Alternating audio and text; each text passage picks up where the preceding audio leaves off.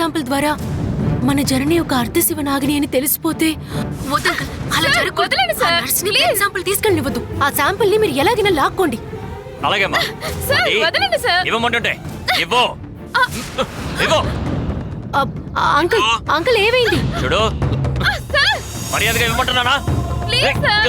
ఇవ్వు. అంకుల్ నేను చెప్పేది వినపడుతుందా? సార్, వదలండి సార్. నా గురించి నీకు తెలీదు. ఇవ్వు. వదలండి.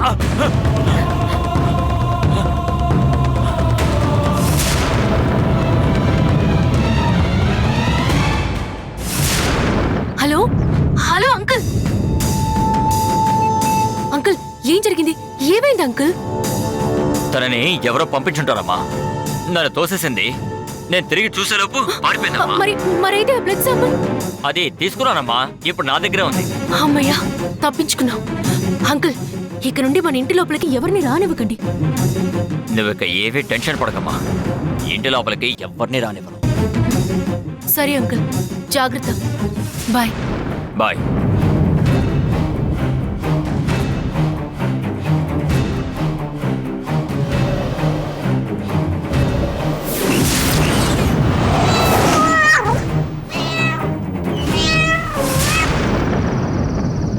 పితృదేవ, ఆ విచిత్ర వ్యక్తి మాటలు నిజమేనా? మళ్ళీ మనమేమైనా మోసపోయామా? లేదు, అతను ముందు మనల్ని పరీక్షించాడంతే. ఈసారి మనం ఓడిపోవన్న విషయం అతనికి అర్థమయ్యింది. అందుకే సంతృప్తి చెంది వెళ్ళిపోయాడు. ప్రయత్నం మనదే, కానీ ప్రతిఫలం ఆ సదాశివునికే వదిలేద్దాం. పద, కర్తవ్యం నిర్వహిద్దాం.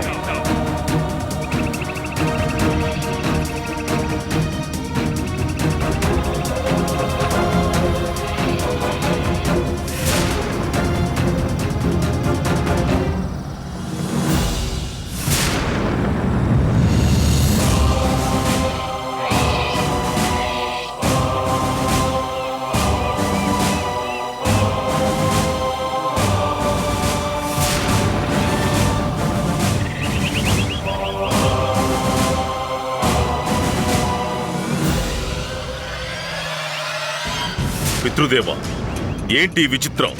ఇవన్నీ ఏంటి? స్వయం ప్రకాశంతో తిరుగుతున్న ప్రాణులు. ఈ ప్రాణులు మనకి సరైన దిశను చూపిస్తాయి పుత్ర. మనం వచ్చింది శారదారణ్యానికి.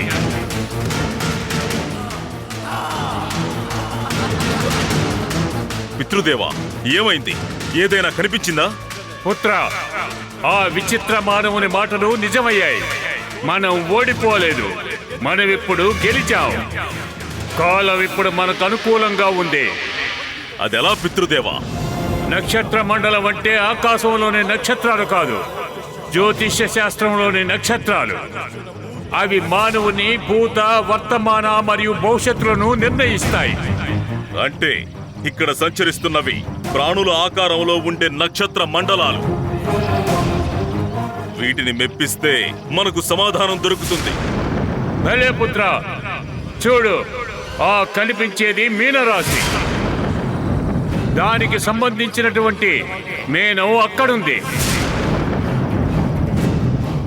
అంటే మనం ఇప్పుడు ఆ మీనాన్ని దాటగలిగితే జ్ఞాన మార్గానికి చేరుకోవచ్చు కదా పితృదేవా? అవును, కానీ మీనాన్ని దాటడం అంత తేలిక కాదు. ప్రతి మెట్టును అధిరోహించడం తక్కువతోనే సాధ్యం అవుతుంది. మీనరాశి 12వ మెట్టు. ముందుగా మేషరాశి, ఆ తర్వాత వృషభ, తర్వాత మిథున, కర్కాటక, సింహరాశులను అధిగమించి కన్యా రాశిని గెలిచి తుల, వృశ్చిక, ధనస్సు రాశులను బాహించి మకర, కుంభరాశులను మెప్పించి మీనరాశిని దాటగలగాలి.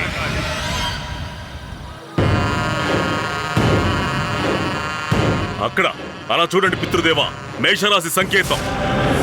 పద, దాన్ని అధిరోహించు. అలాగే పితృదేవా.